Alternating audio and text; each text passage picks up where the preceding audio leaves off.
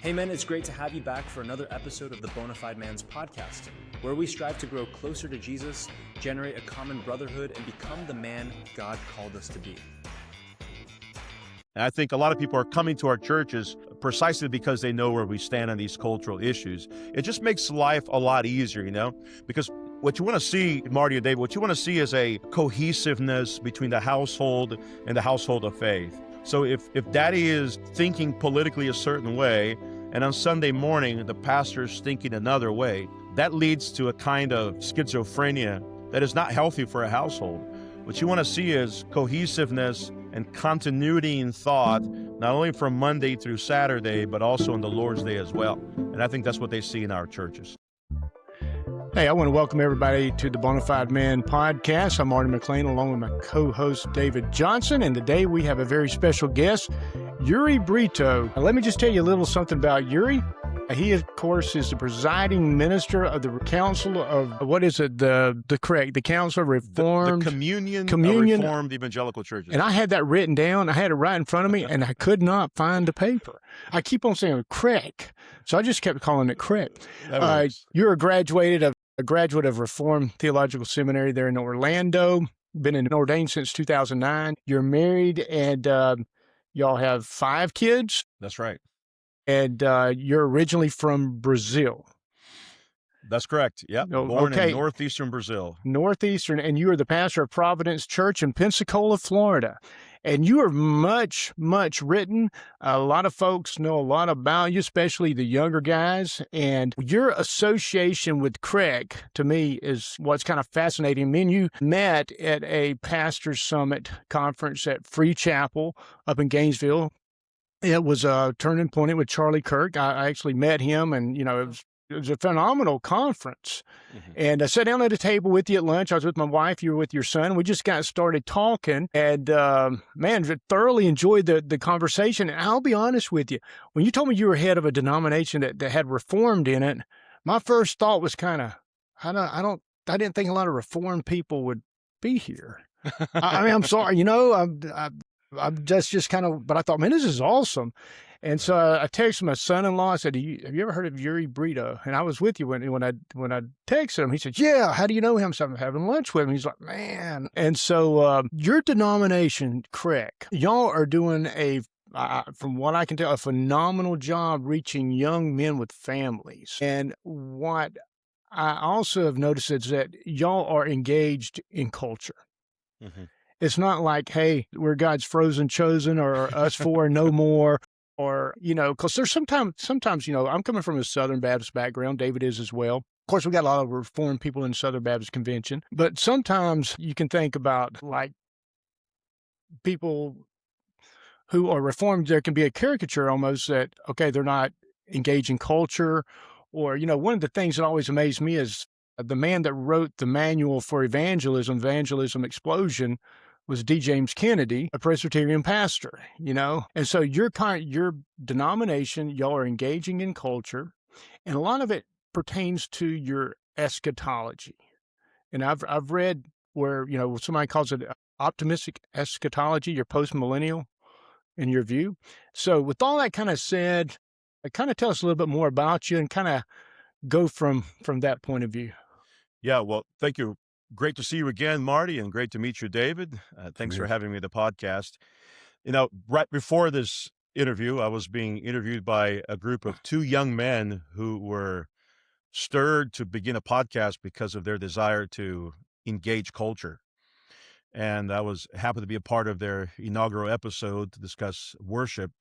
And I think what you're seeing today is a bit of a revival of interest in ancient things. Mm. Not only have people now been stirred to reconsider how the church has thought about all sorts of things, worship, culture, family, state, but they're also being forced into these reconsiderations. The state has done a wonderful job in the thing they thrive the most in, which is making a mess out of everything. And as a result of that, the providence that has come from that is that the church has been awakened in one way or another to reconsider truths, the ancient paths, as the prophets would say, the good, the true, and the beautiful, as the classicist would say, or biblical truth, good old-fashioned biblical truth. And as a result of that, there's been a reanimation or a reorientation, especially among young people, towards these things. And it's true that this was happening long before Charlie Kirk was martyred, but it certainly was stirred even further on after the martyrdom of Charlie Kirk.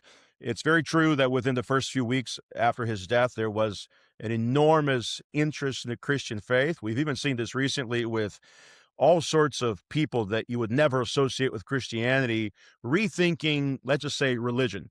Former porn stars, athletes, atheists, all these people going through these reconsiderations. They want to be ritualized into the Christian faith. They want to portray themselves differently than people have perceived them before. And it is very true that probably out of every 10 households that joined our congregations in the CREC, it's very likely that 7 or 8 of them will be families with small children.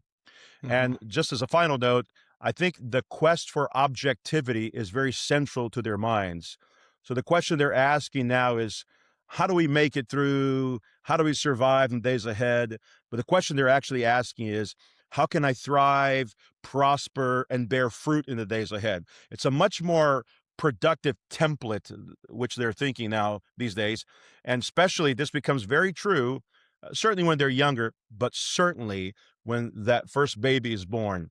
Now, all sorts of questions begin to be considered. How am I raising this child?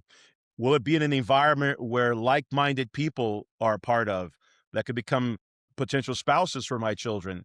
So you begin to have a much bigger vision, and I think that's key, Marty.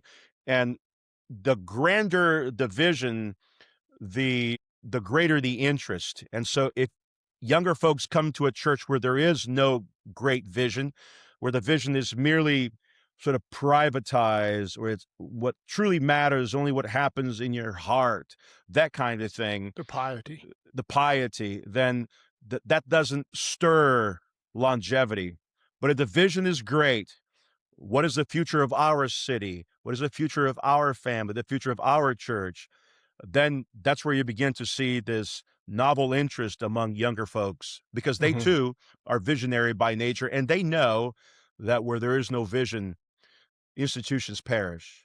And your approach to the millennial reign, the post-millennialism, as somebody said, optimistic eschatology, which, hey, I'm a pre-mill, pre-trib. I'm the, dispensational, modified type guy. Yeah. I would much rather you be right. I'm just going to be honest with you. And I can see for young families with children, the type of approach that y'all have toward end times, that the church will be triumphant, that the authority in heaven and on earth means something. And as I think I heard you in one of your podcasts say that Christ will return not to rescue the church, but to receive the church. And it's more of it's optimistic. Do you find that appealing to a lot of the young couples with children, more so than Kirk Cameron and Nicolas Cage in the midst of the tribulation? Well, my initial answer to that is most certainly, but the question really is this a romantic sort of ideal? I think everybody wants to have a kind of future laid out where we win, right? Sure. Nobody wants to draw, nobody wants to lose. But if the biblical reality painted from the beginning of scriptures to the end is a bit of an indication, the first promise in Genesis 3:15, that the seed of the woman shall crush the head of the serpent, and if that promise is the kind of promise that is to be fulfilled in time, in history, and in space, if it's not a promise that awaits the second coming, but a promise fulfilled in history, which is at least the belief of those of us who are in the post-millennial camp, then it's hard for that idea not to influence you at a spiritual, but certainly at a physical level. Right. And so if you, and this is applied to anything, and the scriptures even talk about this here, if you build a house in the sand, well, it'll be destroyed. But if it's rooted in something greater than yourself, then the possibility of longevity increases. And honestly, I'm not as much concerned about the dispensationalists and the post-millennialists. I have friends in all categories. In fact, as you know, the work of TPUSA that I'm somewhat involved in is, I think, much more so dispensational in nature, but doing great cultural work. I always say that I love inconsistent dispensationalists. They make great friends. So let me ask a question. As the lay person sitting in between you two guys, explain the major differences between the two camps. I'm guessing one side believe there will be a rapture, and the other side believes that there won't be. Explain the differences to those who are like me, who listen, who understand on a base level the differences, but maybe not as deep as you guys understand it. The best way that I've found over the years to sort of communicate this is not so much through all the intricacies of the great charts of TV evangelists, but just simply kind of put it in marital categories.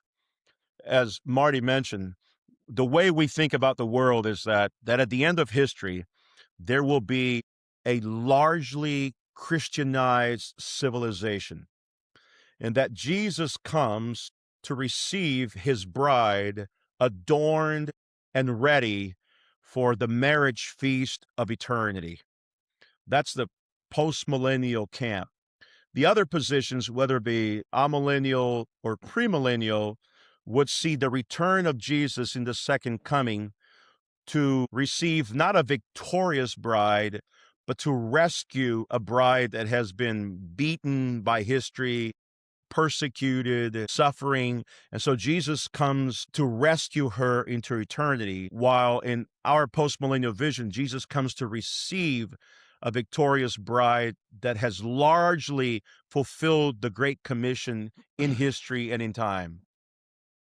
Okay. Yeah. You know, with the whole concept, landscape of our culture today, I love church history. You know, it's just fascinating. I cannot help but look at the 1600s, especially, you know, when you go out all the confessions and everything, but the whole European landscape of the 1600s, I often think about the Roundheads and the Cavaliers, you know, the Puritans, the Parliament and the King, Oliver Cromwell, the little window that was given to the Puritans in England to try to do the reform, but there was a time where the Calvinism, and I'm not a Calvinist. I mean, I've got a lot of friends who are Calvinists. Is that what I'm supposed to say? You got to have at least some of my three. best friends are Calvinists. Some of my best friends are Calvinists. But I like some of these quotes that was used by a couple of the church historians about Calvinism in the 1600s. Says it was, quote, a kind of vigorous Calvinism, experientially, talking about Puritans. It was warm, contagious, evangelistically, it was aggressive yet tender. Ecclesiastically, it was theocentric and worshipful, and politically, it aimed to be scriptural and balanced. And another one said, Puritans enjoyed beer and complained bitterly when it ran out. They expected spouses to maintain satisfying sexual relations. They swam and skated, hunted and bowled. They expressed their faith through lively relationships with one another and with God. You know, because the typical way that people look at, say the Puritans, or I don't want to say Calvinists, because anyway, is there's no, you know, everything's thought out, planned out. There's no joy, but that's not with the Puritans, obviously that was not the case. Now, the second, third, and fourth generation, they had some, with the halfway covenant and all kinds of stuff they got into. But what I want to go back to is your denomination and your church and reaching young people, families, and giving them a theological concept. I mean, they're very theological. People in your churches their thinking is very theological. I will definitely say that. And you give them a theological mindset and a family cohesiveness, and then a cultural engagement. You know, it used to be, and please understand, I'm going to say this. Mormonism, one of the attractions of Mormonism, that they could get the low-hanging fruit of people that just wanted a family. Mm-hmm. You know what I'm saying? And there's a lot of folks over there saying, please help me with my family. Mm-hmm. Please give me a framework. Please give me some guidance. And I think, from what I can tell, from the people that y'all are reaching and the families, y'all are giving them a theological framework for life, for living, for cultural engagement, for the enjoyment of life. Now, I'll be honest with you. Of course, I'm from a Southern Baptist background. When I grew up, people smoked in public and drank in private. Okay. Now they smoke in private and drink in public. So anyway, and I know there's alcohol. I don't believe drinking alcohol is wrong. Okay. I don't do it. Probably got too much Irish blood in me, but I know there's some very strong cautions about it in Scripture. But one of the guys I know, they have a thing where they go to the town square, Mm-hmm. and I think they do it. It's called Suds and Songs. They go get them a pint, and they all drink it, and they sing psalms and hymns Yeah. at the public squares. And so I always text them when the Jehovah's Witnesses are down there. I say, hey, man, y'all need to get down there. Anyway, so just the whole family aspect of your denomination. How do y'all do such a wonderful job as far as doing that? Well, great question. And I do think there's an ease in approaching that subject when things are fairly small. We are a small denomination. I think we have around 25,000 people, even though we've grown the last 5 years by 150%. And so God has given us remarkable growth. But I do think what I've mentioned earlier about the objectivity of life, which we call in our Reformed world the covenant, this vision of the covenant that is meant for you and your children and those who are afar off, is very much the encapsulation of what we believe to be the way of life. In other words, there's nothing greater than God's strategic planning for civilization, which I think is found in the Old Testament, certainly, and the New as well. And that promise is of a very, what I call, otherworldly life. But for a lot of people, when they think about otherworldly, they think we have to live for another world. And that is that what happens here doesn't really matter until we get to the pearly gates. And what I'm saying is that in Jesus Christ, the other world has invaded ours. So that we're citizens of heaven, which doesn't mean that the only true citizenship we have is in another world. It just means that heaven is colonizing where we live. And so we serve as ambassadors of that colonization process. So I'm sure the leftists will love that language. But that's what we're trying to say, that we're colonizing where we are. And the way to do that is very fleshly and physical in nature. We care about the piety, the growth, our individual Bible readings, all these devotional language is important. But ultimately, that has to produce a certain kind of person, a certain kind of family. And I think what the church has done is given us just enough data to strangle ourselves, just enough data to be unproductive in society, just enough biblical information to keep the BIBLE far, far, far from its effect on civilization. And what we're advocating to CREC is this holistic vision where little Johnny is a participant in worship, where Grandpa Joe is a participant in worship, and where Jerry in his prime, in his 30s and 40s of economic growth and stewardship and stamina, is also involved in this process. So it's a holistic vision, and it can't be separated from joy, love, peace. And it's true, Marty, you mentioned the Reformed do have kind of a stereotype that it needs to be overcome. And I always tell people that there are certain Reformed expressions where smiling is almost a sin. And I think these kinds of ways of being have done a lot more damage. The cheerful Puritan that you describe in that first generation is more what we're after. The kind of Puritan that is very interested in piety, and the Puritans, as you know, wrote just voluminously on these things, but the kind of Puritan that at the end of the day asked the question, how shall we then live? How shall we transform this city so it reflects the laws of our God rather than the laws of men? And that's where the rubber meets the road. And for a lot of people, theology is just this foreign, abstract thing. But I love the way one of my good friends, Doug Wilson, uses. He says theology has to come out of your fingertips. Uh-huh. And if it doesn't, it's not a theology worth embracing. Uh-huh. So these are important things to keep in mind. Okay. Do you have a flamethrower? In my basement. You do? I do not. No. I'll be honest with you now. Okay, with our culture the way it is, I mean, it's a all hands on deck. I mean, it really is. And so now just because I mentioned some stuff, it doesn't mean I'm adhere to it. I mean, I'm Southern Baptist, raised Southern Baptist, but I'm open to, I can fellowship with anybody that believes the Bible. Okay, but you have the Seven Mountains Mandate, New Apostolic Reformation. Anyway, you have like a Dutch Sheets, Lance Wallnau. You have, from a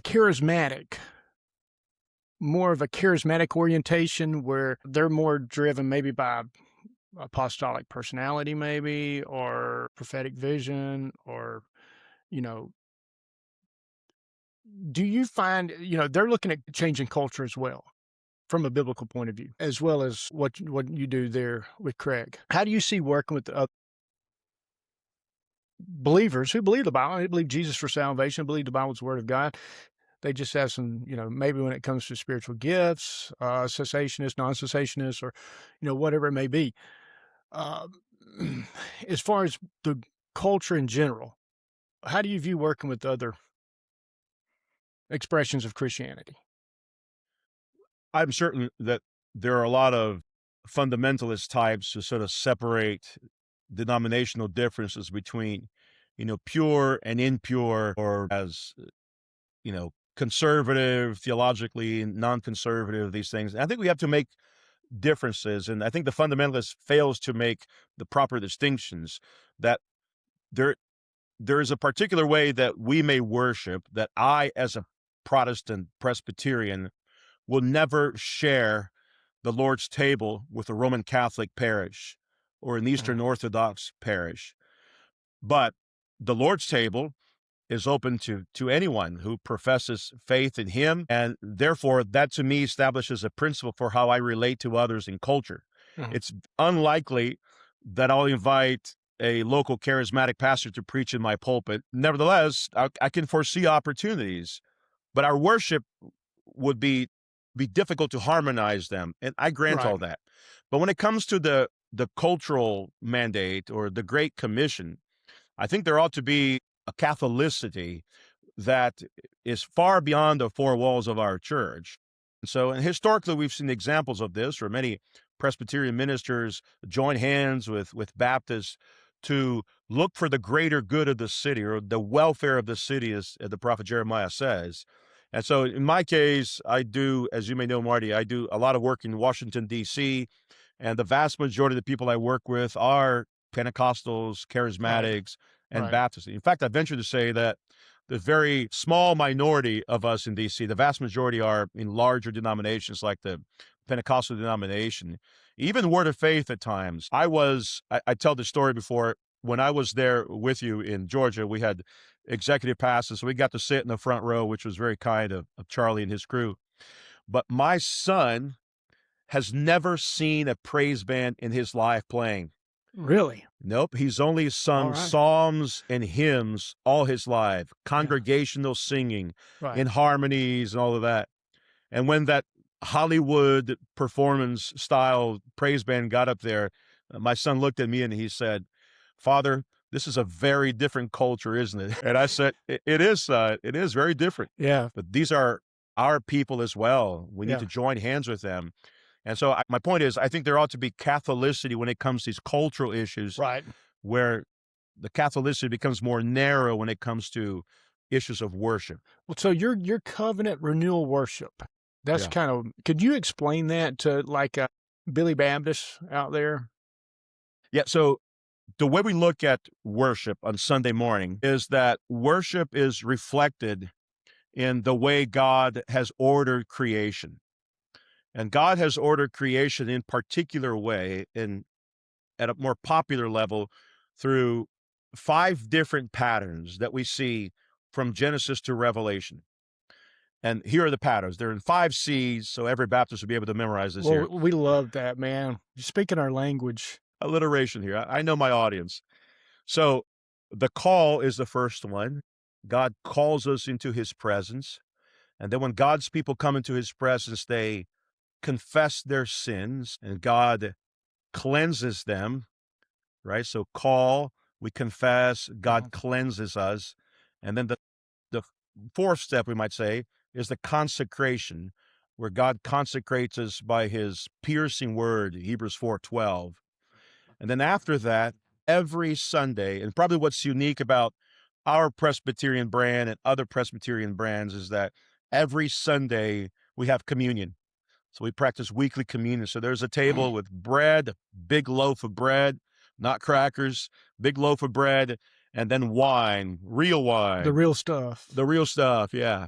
And so only after that, only after we've gone through that pattern, which I think we see in Genesis and in Noah, we see it throughout the prophets, certainly in the Psalms, in the New Testament, and the book of Revelation, which is kind of a summary of a worship service. Only after that does God send his people out, or we might say he commissions them, is the final C. Sure. So that's how worship is portrayed in that order. The order is very intentional as well. We can talk about it if you like, but the order is there because it's an imitation of the way life works. Okay. God invites us. He brings us into the community. He grants us forgiveness of sins. He Right. instructs us by his word. And then he feeds us, and then he sends out to the world. All these patterns are what we see in any traditional home, which is an indication that the church is the great house of God. And if you follow that pattern, you apply it to the other houses, which is the household, our households. Yeah. Okay. And you're Let me Go ahead, David. butt in as the lay guy in the middle. So one of the things that I've always said, from my point of view, with the Baptist faith is that we're so, I don't want to say glib, but we're not impressed by God anymore. We don't have that worshipful, I don't know how to put it, but I went with a friend of mine. He's Egyptian, and the denomination in Egypt that's so brutalized Coptic. over there. Yeah, Coptic Christian. So I went to his church, and the reverence and the love and just I don't know, I guess reverence is the only word I can come up with that they had, and the way they did stuff. This was, and we were on a business trip. He said, "Hey, I need to go by the church for a minute. You can sit." I said, "Can I come with you? I'd love to see it." So we went and sat, and just, it was a lot of ritualistic stuff, but it was just so beautiful, and it just took me to a place that I'm not used to going. That was just like, man, God is majestic, and we don't give him the proper reverence that we should.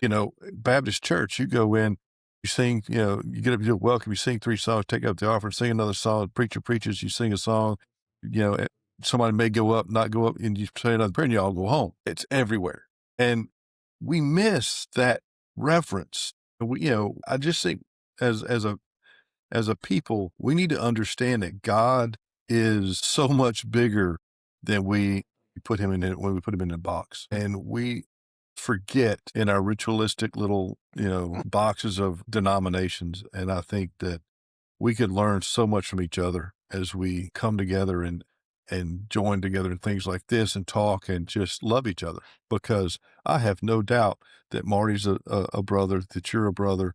And I have a lot of Catholic friends that I know that they're brothers, that they believe, and that we just don't agree on certain pieces of but they believe that Jesus Christ came and died on the cross for their sins, and they accept that. And I just think that we could do a so much better job of making Sundays a little bit more family. I don't know if I'm speaking this the right way, but it just, as we talk about differences, I just think that there's so many parts that I want to bring into the Baptist faith that we just miss out on. Right. And I think, as you all know, not all Baptists are created equal. And you do have great voices. We were talking about this for the show. We're talking about a man like Vodi Balcom, who was doing such great work, and I think whose legacy will live on. And the a good friend of mine's Dr. Scott Aniel from G3 Ministries. He's right down the road in Douglasville, I think. Yeah, I think so. Yeah. Doing great work in terms of liturgy and worship within a Baptist tradition. So I think there's some ways, and I think Baptists can sort of build in that liturgical framework. Not to talk about, we can even go back to 100 years ago, where a lot of these things were very much a part of the Baptist DNA, and that no longer is the case, because I think we have grown up in an environment where worship has been trivialized and the intentionality is no longer there, so that worship now becomes a place where you come for self-expression rather than corporate adoration. That's good. I mean, you see so many churches now that they'll say behind the scenes, "Hey, we're Baptist leaning," but they won't put Baptist in their name because it's, it's like, well, they're going to look just down like their with the nose Reformed, just like with Presbyterian, there's certain caricatures of the Baptists. Right. Every denomination has something you got to, overcome. And, it's like the guy said, there's a couple of teenagers out in the car in the parking lot. They had to go get them because they were afraid they'd start dancing, I got something to ask you. Okay. Pete Heg, we talked about this that day we were sat together. Pete Hegseth is a member of the denomination, the Secretary of War, and y'all are looking, or y'all have started a congregation up in the D.C. area. And Yes. how is that going? That's very interesting. Yeah, it's been in the news because you guys know the invasion, the domestic terrorists that entered City's Church in Minneapolis. That church has a lot of close associations with some CREC figures, but some of the same protesters who were there, who are paid protesters, have also been coming regularly to our D.C. plant, Christ Church in D.C. Oh, my goodness. Which is a CREC church. In fact, you can see a lot of those videos, and they are hired to utter as many foul words as they can, insulting, denigrating young mothers and their children after the service. The church is doing superbly well. In fact, they just hired a new pastor, and so we are excited that phase without a pastor is gone, and in the next few months we'll have a full-time pastor. Was he the guy that was present. being interviewed with the beard and everything? No, his name is Brooks Pottinger. So Brooks was Pete's pastor in Tennessee. Okay. And now he'll be Pete's pastor in D.C. Okay, good. And so there's a lot of familiarity there. But that church is thriving. But that kind of vitriol we saw in Minneapolis to the protesters, the D.C. church see it every Sunday. And you can find those clips on YouTube and on X as well. That's amazing. It's vile, but I always see this as where the kingdom is, the demons erupt. Yeah. And they know where the battle is being fought. Yeah, they do not want Christians to be involved in culture. And, one thing, this is why I appreciate people like you and even like a Jensen Franklin, people who speak to cultural issues, and you're willing to get engaged. And I've heard you before on a podcast. I thought this was pretty funny. You said you won't find a Democrat membership of one of your churches more than likely because of the public stances that y'all take on certain issues because you believe that the Bible does address them. And I think that's an interesting sort of differentiation as well, because I think a lot of people walk into churches not knowing where the leadership, the staff, or the ministers sort of fall in line politically, and they kind of assume that the minister is just that guy who will talk about, holy and heavenly things, but never talk about the dirty word, politics, or that he's going to play some kind of neutral Switzerland ground. 501c3. In our church, that all changes. And I think a lot of people are coming to our churches precisely because they know where we stand on these cultural issues. It just makes life a lot easier, because what you want to see, Marty and David, what you want to see is a cohesiveness between the household and the household of faith. So if daddy is thinking politically a certain way, and on Sunday morning, the pastor's thinking another way, that leads to a kind of schizophrenia that is not healthy for a household. What you want to see is cohesiveness and continuity in thought, not only from Monday through Saturday, but also on the Lord's Day as well. And I think that's what they see in our churches. Well, I'll tell you this, as a Southern Baptist, the ambiguity that was coming out of the ERLC with Russell Moore and Brent Leatherwood, it about made me lose my mind. I mean, there were so many I mean, hanging curveballs just right over the plate, and they would just watch them. They wouldn't even Yeah. swing. And I'm thinking, you ought to be addressing these issues. You ought to be coming out about this. You ought to be speaking to this. And it was always so muted or always so like nuanced. And it just got to the point where I'm like, why not even have one of those ERLCs if they're not going to really get involved, roll up the sleeves?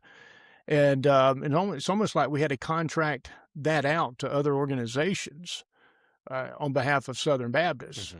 So that was very, very frustrating. So, and that's why I appreciate a lot of the charismatic pastors. I'll be honest with you. They get involved, and they put their necks out on the line, and some of them say some crazy things sometimes, but I do admire their courage, and I do admire their willingness to stand up and be counted. Well, I think as someone who sits on the other side of the pulpit, I appreciate knowing that we're standing on biblical values, because so many churches now dumb down the gospel to attract more people. And all you get are dumb parishioners that don't understand why they're there. I think Bodie Bacham once said, we're a church members that, how did he put it? That worship a Jesus that doesn't exist, or worship a Jesus that I don't remember how he put it, but it was just an awesome quote. I wish I didn't mess it up. But we have so many people that we water down the gospel so they'll come, and we're going to be surprised when they're not in heaven with us, because they never understood what salvation was, and that's our fault. Mm-hmm. Okay, Yuri, I've got a couple of questions that these younger guys, I said, hey, you got a question? Here's one, and I'll just read it because this is from my son-in-law, Sweet Phil. Thoughts on the current state of the PCA and the SBC? I think one of the reasons that we have been receiving so many PCA and SBC churches and the CREC over the last few years, and a lot of these SBC churches, they sort of make the baptism transition fairly quickly. So that's the different element. I think when they begin to see sort of the way Presbyterians think cohesively, they do make the leap. What's taking place, I think, these congregations have reached the point of no return. They have seen the trajectory of culture, and they can no longer tolerate how the structures and the leadership of the denomination is headed.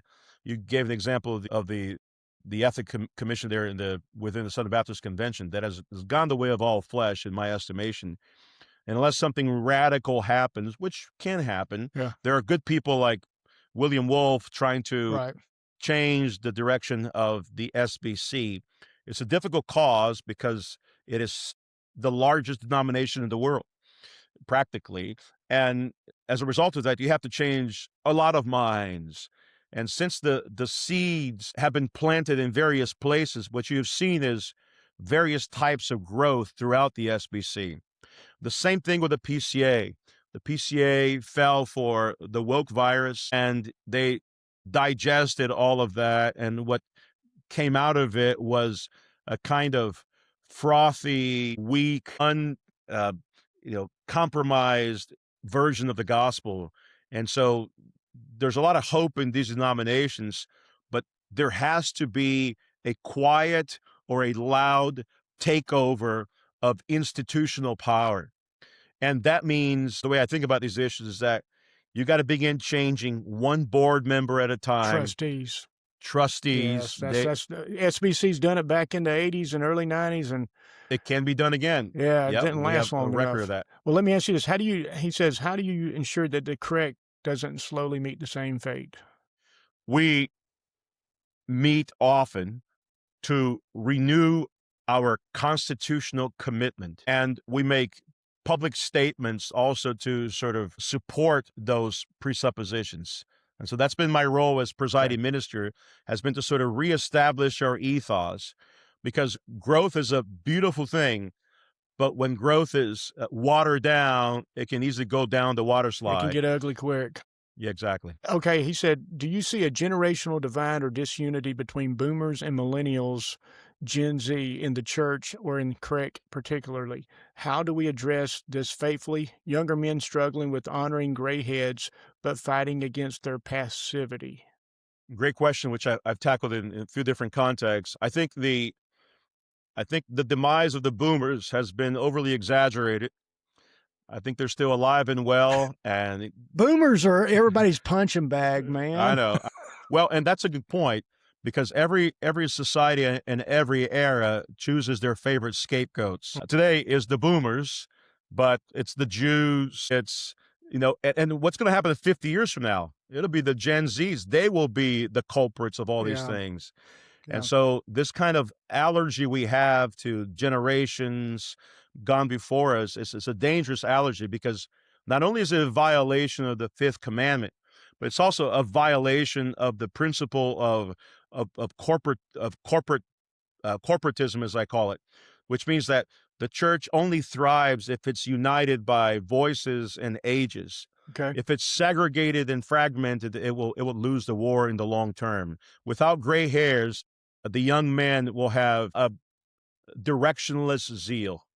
Yeah. Okay. So with young men, this is another question from a guy named AJ. Now, Okay. these guys are like looking for your churches in your denomination. They can't find them. And they're like, I'm sure you get a lot of requests for startups Yeah. all the time, probably. And so, Yes. I like the book, It's Good to Be a Man. Mhm. I thought it was a great read, and it's like, I don't know, it's kind of maybe raises your T levels 10, 15 points maybe after you read it. But what about the young men that say, hey, I've got to be more manly. I got to be the head of the home. And, but what about the guys that take it like the Andrew Tates and some of those, not that he's biblical at all. He's not a biblical oriented guy or anything, but the guys that kind of go overboard. What do you say to some guys that take it to an extreme of unloving, uncharitable, domineering? Well, the first principle, of course, is have no fellowship with darkness. Right. And so these are apostates. And so if you sit in the seat of the scornful, Psalm 1, you'll become a scornful yourself. So every human being and every church member is an image bearer, which means he has been given the gift of imitation. So be careful whom you imitate. And so I have no problems, obviously, with those men who work out. I'm in the gym 6 times a week. I work out, I eat well, I'm healthy.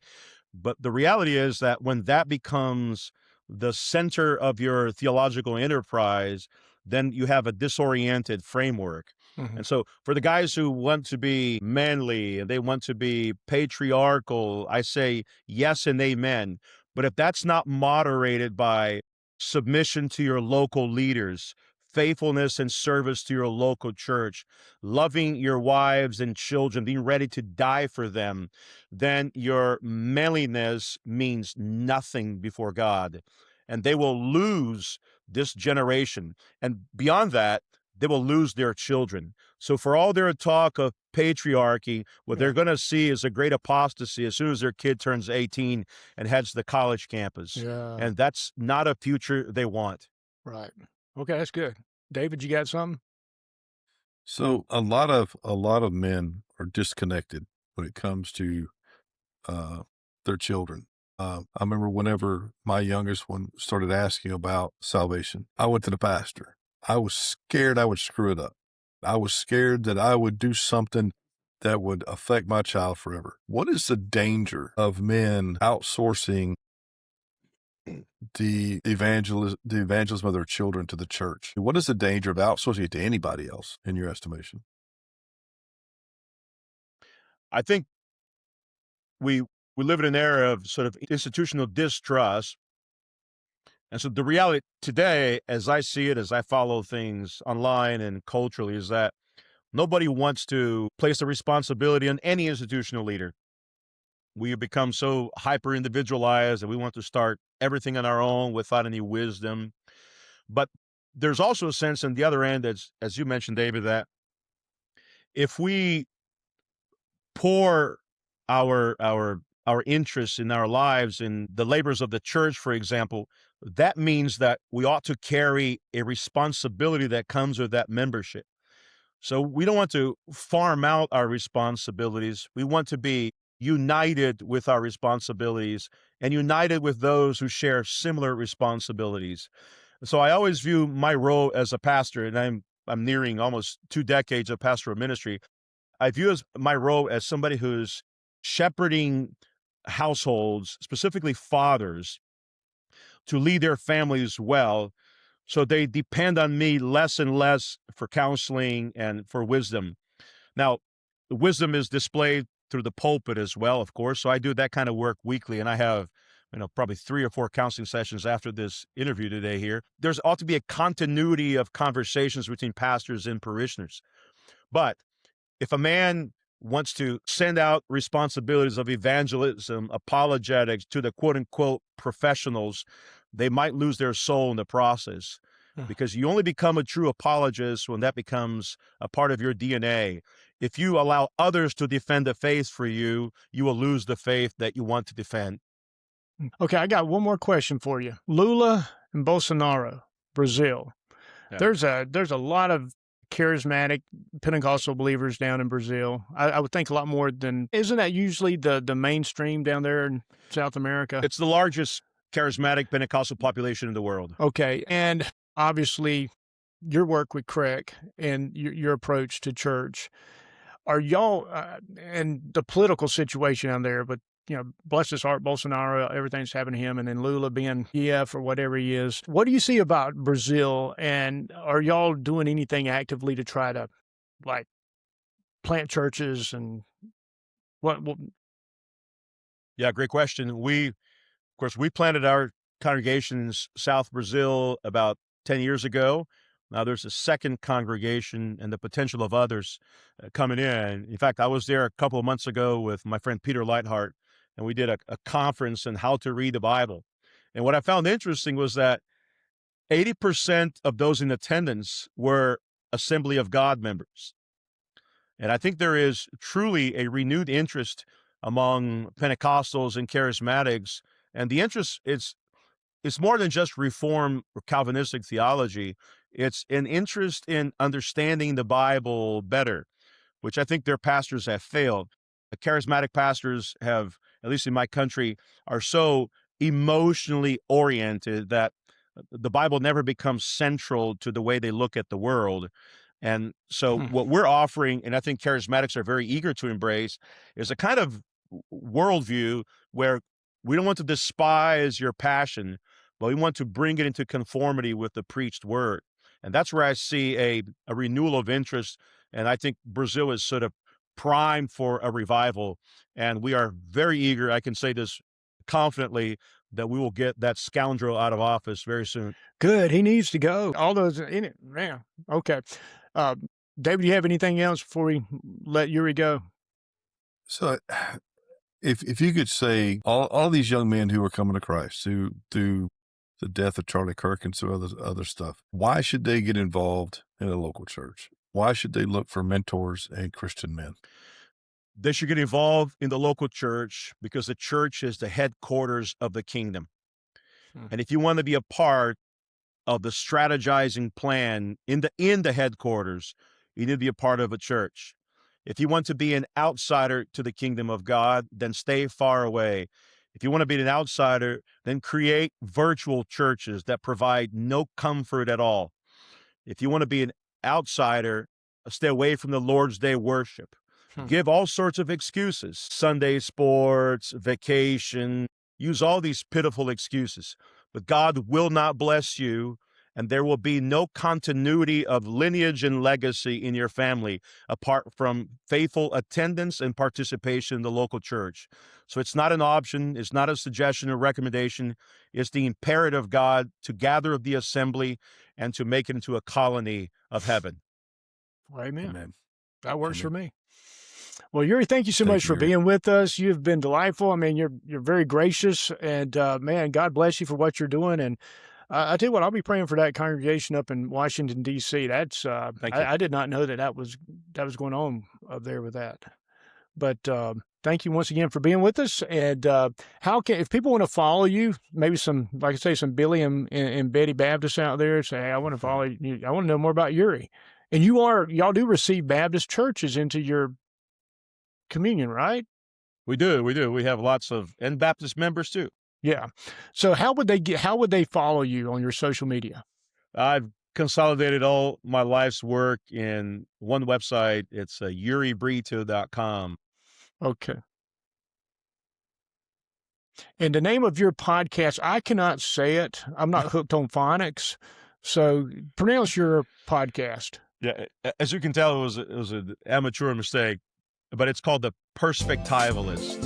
Okay. No wonder I couldn't say it. Okay, so follow the Perspectivalist podcast. Well, Yuri, thank you so much. I hope you have a great day, and David, you too. And we'll see everybody next time on the Bonafide Man Podcast. Thank you. See you, Yuri. Take care.